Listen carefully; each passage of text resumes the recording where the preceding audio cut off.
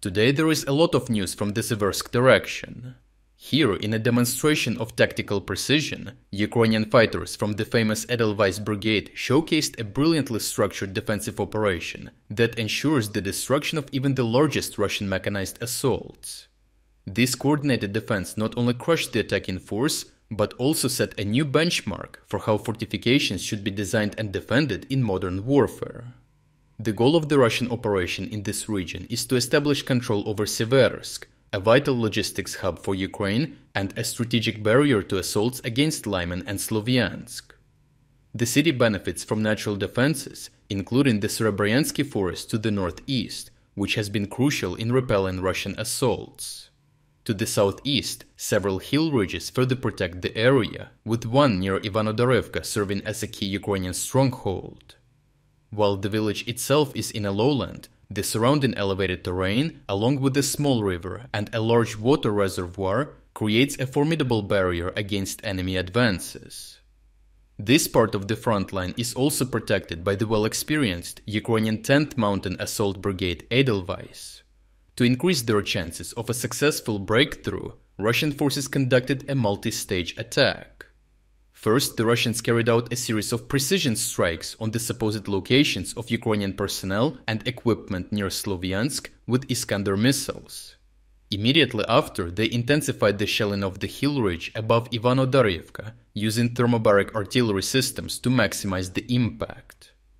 Once the artillery preparation was complete, Russian forces initiated a large-scale assault involving 22 armored vehicles, including 7 tanks, 13 BMPs, and 2 empty Elbis, supported by approximately 120 soldiers.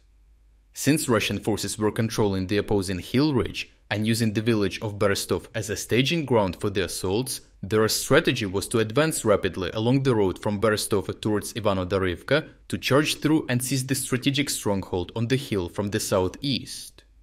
The Russians decided to avoid the fields due to dense mining. Despite the intense shelling in the preceding hours, the Ukrainian defenders were well prepared for this scenario. They detected the Russian column early. However, it is important to note that they did not engage the Russian column immediately. Instead, they waited until the column began driving perpendicular to the Ukrainian stronghold, exposing the entire assault group all at once. Once all the Russians were in direct view, the Ukrainians engaged the leading vehicle with kamikaze drones, successfully immobilizing it. As the Russian soldiers disembarked from the disabled infantry fighting vehicle, the Ukrainians deployed additional drones to drop grenades on them, effectively neutralizing the threat. The other Russian vehicles were slowed down, but still tried to advance closer to the Ukrainian stronghold. Capitalizing on the high ground, the Ukrainians had strategically positioned their anti-tank guided missile operators, who utilized the domestically produced Stognapi system to engage the advancing Russian armored column. Geolocated images from this deadly ambush reveal how multiple Ukrainian ATGM crews opened fire at the Russian vehicles from the left flank, neutralizing them one by one, while surviving Russian troops fled in panic to save their lives. The original uncensored combat footage of this Ukrainian defense operation can be found on our Telegram channel through the link in the description. Once the Ukrainians managed to stop the Russian column around a kilometer in front of Ivano-Darivka, they continued mercilessly targeting the remaining vehicles with FPV drones, ensuring that not a single Russian soldier could make it to the village alive and preventing any chance of the enemy establishing a foothold there. In the aftermath of the battle, according to available geolocated footage shared by soldiers of the 10th Ukrainian Brigade, without suffering any casualties themselves, they destroyed 6 out of 7 Russian tanks, 9 out of 13 BMPs, and killed or wounded half of the troops participating in the assault.